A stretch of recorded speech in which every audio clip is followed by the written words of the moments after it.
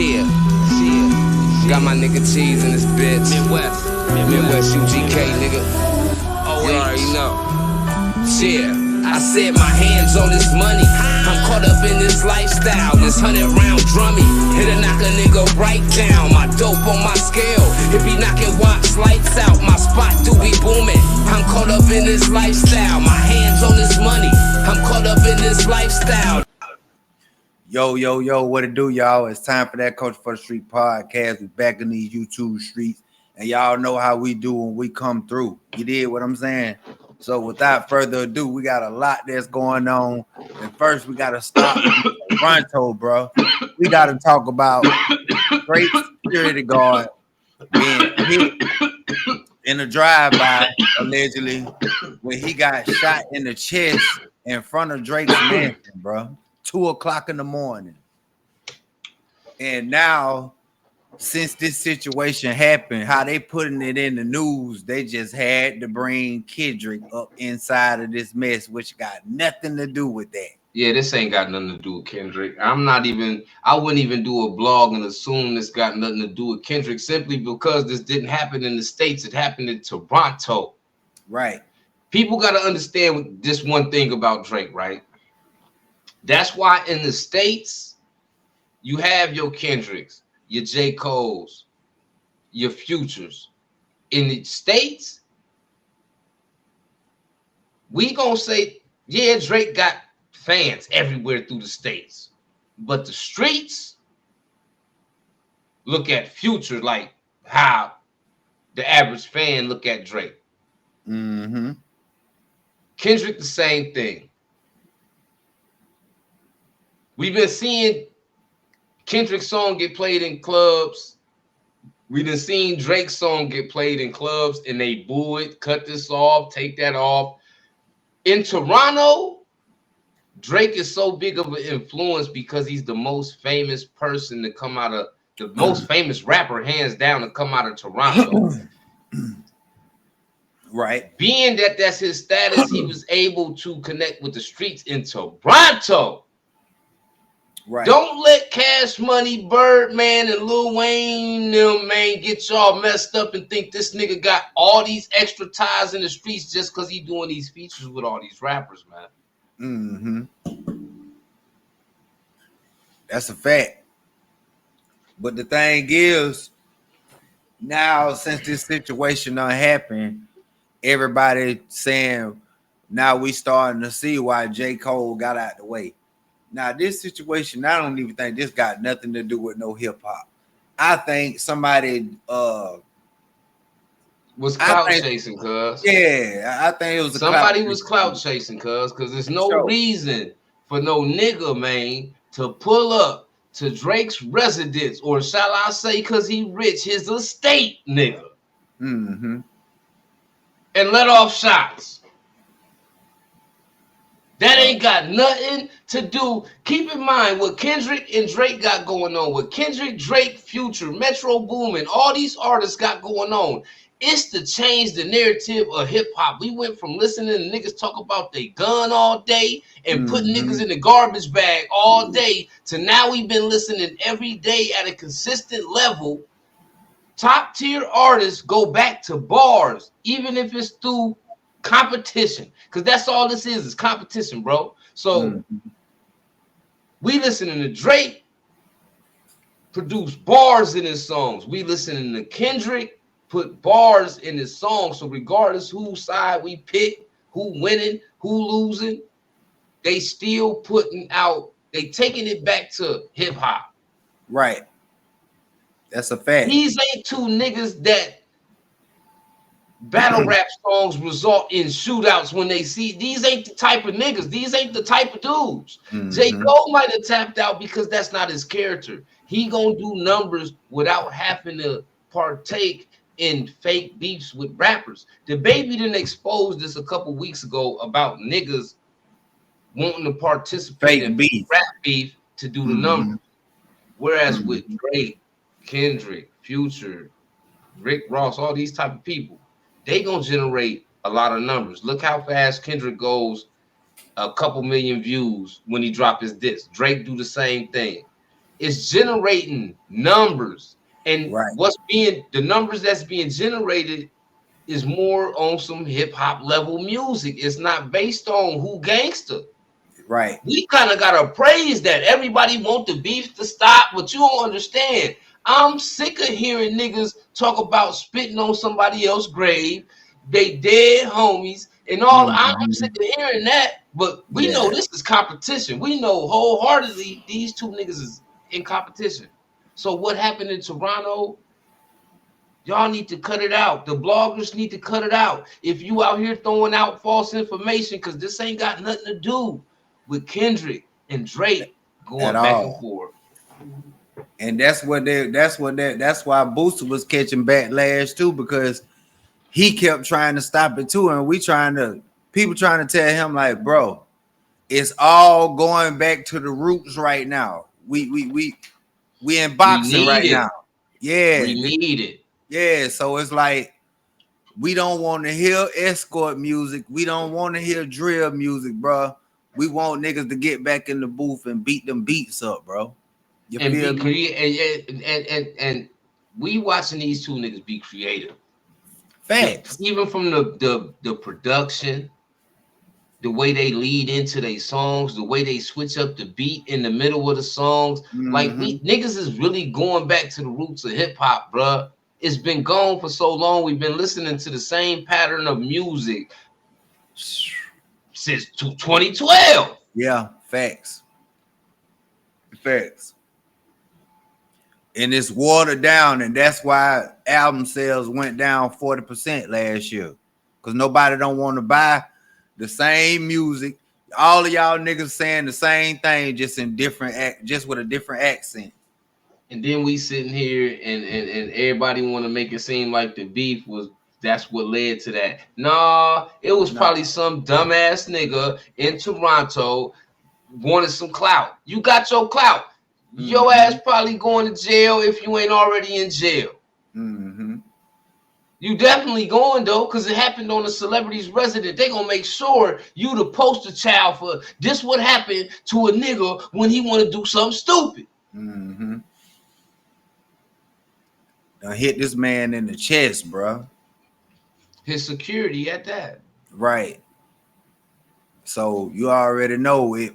They gonna run them cameras back on that street to see who drove down.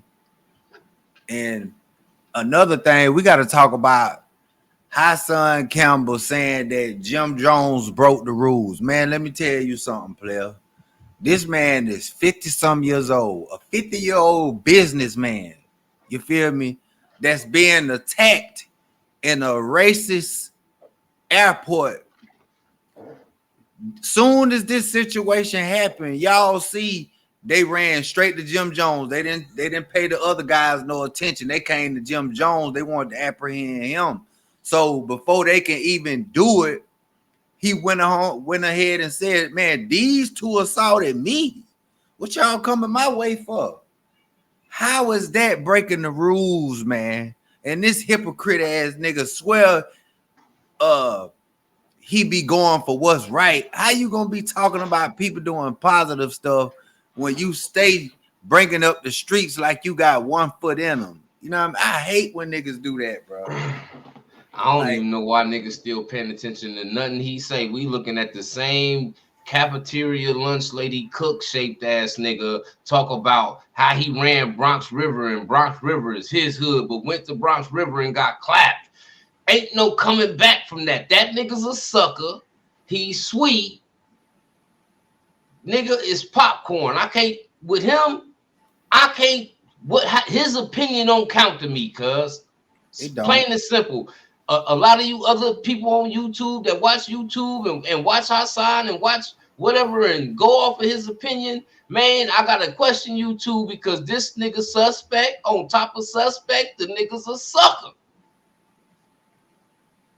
The thing is, this what I'm trying to. This the whole point of it. If a nigga 50 years old and been successful since 2004.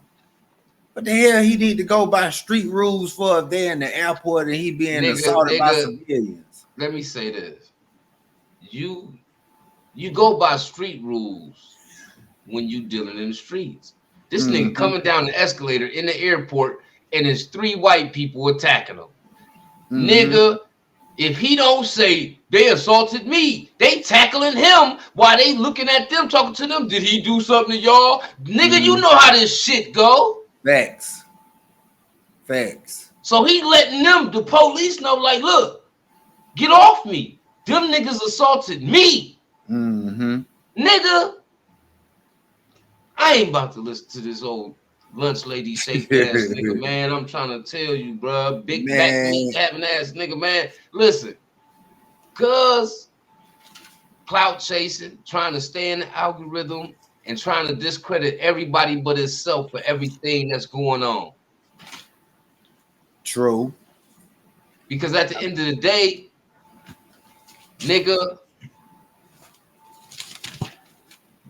we seen the police run up on him first. And he had to, because they trying to pull on him and all of that. So he like, nigga, get off me, because nigga, they attacked me. Nigga, that would have been me too, saying that. It's 3 on 1. You think I ain't about to throw some punches, nigga? You think somebody ain't about to fly down the escalator, nigga? Yeah. And I'm outnumbered? Then these niggas come grabbing on me like I'm the initiator, nigga? Fuck off me, nigga. I got attacked. That nigga just needed something to talk about. He should have just made an episode and told us how you can eliminate having all that back arm meat, how you could get rid of back arm meat in a couple days, in maybe a week. Yeah. You trying to tell us what Jim Jones went against? You act like he got into it with some Crips on the escalator in the mall or in the airport and said, them niggas, the Crip niggas right there, they jumped me. That's police shit. And he was going against some civilians that was probably racist as hell. That's a fact. Man, get up out of here, man. We got to talk about old Bricc Baby and Big Deal on this Hoover and neighborhood relationship that they was explaining on No Jumper. And basically they were saying that times done changed in LA as far as, you know, with the back and forth shooting at each other, because now they got cameras everywhere. So, you know, any nigga that cut up these days that come through another nigga section, you going to jail. Getting caught most of the time. So he like, it's slick done slowed down. It's not the same. He like, you know, you still got your youngsters out there that's with the bull crap, but it's a small percentage, because everybody that's trying to go way over to this side of town to go do something, you gonna get caught before you even make it back to your side of town, the way this digital world is set up now. You feel me? And basically the part that we was waiting on, we knew Adam 22 was gonna throw his salt, because Adam said back on Figg falling apart, Adam let it go, because back on Figg doing their thing, bro. Like, the only reason why you brought Big Deal on your platform is to run your numbers up. Yeah. And the fact that Big Deal and T-Rell being brothers and going through what they did on back on Figg, and then him not really having a gig on back on Figg, so you reach out to him to bring him over there, being the bigger platform, you know he gonna jump on it, because clearly watching the video of him and T-Rell on back on Figg argue on live stream, you can tell he trying to get in somewhere, but he don't want to really put the work in. He wanted to fall in his lap for real, because you can see T-Rell tell him he'll show him how to do it, but he don't want to show him. I don't want you to show me how to do it. And you see what I'm saying? That's letting you know right there, a nigga feel like you owe him something. Right. He feel entitled. So now that he going over there on No Jumper and make him feel like, you know what I'm saying, I got what I deserve. When really Adam 22 finna pay you lesser than what Bricc Baby and them getting. So is you really getting what you deserve when you could be getting your own money by now? And then we was talking about it off camera how I feel like this whole Bricc Baby big deal situation ain't genuine. Now keep in mind, this is neighborhood rolling 60 Crip, Bricc Baby. Mm-hmm. And Hoover Gangster Crip, big deal. Mm-hmm. 5 dudes. This ain't a genuine situation. So I don't feel like it's a good look to the public. These niggas pump faking, big deal chasing, being in front of the camera. It ain't about a 5 deuce nigga sitting on the other side of the table with a rolling 60 Crip, nigga. It ain't even about that. Bricc Baby trying to do numbers, big deal trying to get on. Adam 22 got the platform and he know he gonna do numbers by putting this together. It's a setup, nigga. And at the same time, to make a mockery of us, because I don't care how real the nigga big deal is. At the end of the day, you know how they faking relationships over there, bruh. And this the wrong relationship to fake. If niggas gonna sit down and really act like they tying it together, then do it for real then. Because niggas outside sliding about that shit. While they sitting there doing interviews, niggas still outside sliding for that shit, whether they going to jail or not. And it's this a worldwide shit been going thing on for too. decades, bro. So before you sit in 2 niggas at a table that's both chasing clout and money and likes and numbers, sit 2 solid niggas that's down across from each other that's chasing, changing the narrative for real. And it ain't about no video. It ain't about no likes. It ain't about no shares. It's about both sides really trying to change some shit. Because this Bricc Baby big deal shit, this shit ain't it, cuz. Hey, it's a lot of debating in the comments on it. And the main thing with everybody mad at is how could you ruin a relationship with your brother just to go on this white guy platform and him manipulate you with these questions to bash your own flesh and blood, bro? Nigga, you know what I mean? you got into it with your brother and then you went over there and got with the ops. Mm-hmm. Let's say it how it is, cuz. That's a fact. You and your brother fell out, nigga, and you went over there and linked up with the ops, nigga, to talk about your brother. What type of nigga is that? Because I don't care if me and my brother swing blows, get into a shoot, whatever it is. I'm not going to side with his enemies, bruh. Yeah, I'm not finna go sit up with no nigga that's finna be talking and throwing salt on my blood, people. I ain't doing that. That just lets you know how much of a salt shaker that nigga big deal is. Nigga, he willing to do anything for money. Niggas like that, bruh. They'll suck some wood when a nigga ain't looking, bruh. They dangerous. Straight up. It ain't no platform, it ain't no amount of cash gonna make me go with the ops and talk about my brother, talk about his wife, and not to mention this dude said something about my daughter, which is your niece, nigga. That like, look at like I said, bro. It ain't that serious with no. It ain't that serious about trying to run your numbers up. Learn how to optimize your videos, my nigga. You feel me? Ain't no way. What you think? Every time you want to run your numbers up, you gonna call Adam?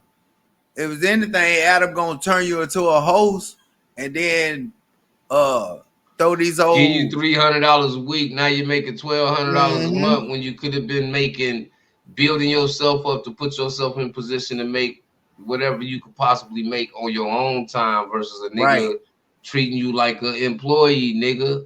You dig? You ain't want to be no employee for your brother, but you want to be an employee. Yeah, you niggas is weird, nigga. And backwards. And another thing, we got to talk about 50 Cent taking Daphne Joy to court for defamation for her going online lying saying that he SA'd her after 50 Cent was laughing and trolling her for being a sex worker with Diddy. How you feel about him doing that to his baby mother? When we talked about this on the phone, cuz, what I tell you? Cash. Automatic cat. Facts. You feel like he took it too far by a street nigga get beat up by a rapper. He could be a stepper, but because he know he can get anywhere from $250,000 to $1 million from getting socked out by a rapper, he taking a nigga to court. True. So what make you niggas think that if this happened, if her baby daddy forced it, 50 Cent essayed his baby mama Daphne, once he parted ways, she was just gonna wave at him off into the sunset when she's sitting on nothing but tumbleweed. He ride off into the sunset, successful, without even trying to tarnish this nigga career no type of way. After he didn't call that type of trauma to her, man, niggas got life fucked up. Fact. She would have said something, because that could have tore 50 Cent. He would have been going to jail like Tupac, nigga. Real shit. So if I was 50, I'd have did that too, because at the end of the day, you tried to assassinate my character with a lie, all because these folks got you in paperwork about being an ex-worker and playing with the Pink Panther and bagging it up and walking around these private Diddy parties, nigga, selling drugs. You embarrassed, so you want to embarrass somebody else. You shouldn't have been over there with Diddy doing stuff, anything for money. And now he finna tear them pockets up, because he getting you for purposeful attempt on information and belief, destroy his personal and business reputation, harm Jackson's commercial and business interests, negatively affect his custody case, and preventing him from seeing his son. You finna lose. Terribly. And he got the money to press this. He could fight this for the next 10 years. You ain't got money like that. You damn you go talk to a lawyer that'll take the case, and you just take a cut of the money if you can beat it. This man undefeated in defamation suits, dog. 50 and 0. Really barked up the wrong tree, man, because her name is tarnished. You want to tarnish his, because 50 still prospering in the culture, whereas the Young Miamis and the Daphne Joys and all these certain females that succumb to all this different type of situations that's put on the table to have a open opportunity. You should know sometimes that might not go as planned. Y'all ain't doing the right thing. And this just a lesson learned. I feel like all these females that's lying on dudes, trying to get niggas in prison, I feel like all of y'all need to get hit with defamation for lying. Yeah. You know what I mean? Hell yeah, because if when they do it, if the dude is found guilty, he going to jail. So hell yeah, if he found innocent, that means she was lying. So nigga, she should be penalized for that, because at the end of the day, whether a dude is found guilty or innocent, them allegations still stick with you. People still look at you like you did that shit. Like he was going to court for essaying 6 women, but he beat it all, but they still look at you like you did it. I call it the OJ effect, because even though he beat it, everybody still said he did it. Facts. Real spill. Even when he died, it was some people making fun, talking about put your gloves and your knives in the air, because they know you did that to that girl, man. You feel me? And like you said, anybody that sit there and want to play with a man's life and try to destroy a man's character and put that type of smut on a man's name, because who want to wear that on their body, bro? Every time you look around, people looking at you differently because you got these SA allegations on you, whether you did it or not. Don't nobody want you around their kids. Yeah. All kind of crazy. Like all kind of crazy. It's gonna stay with you, bro. You gonna have that effect with Nicki Minaj baby daddy got. He can't do nothing without the internet getting on his head.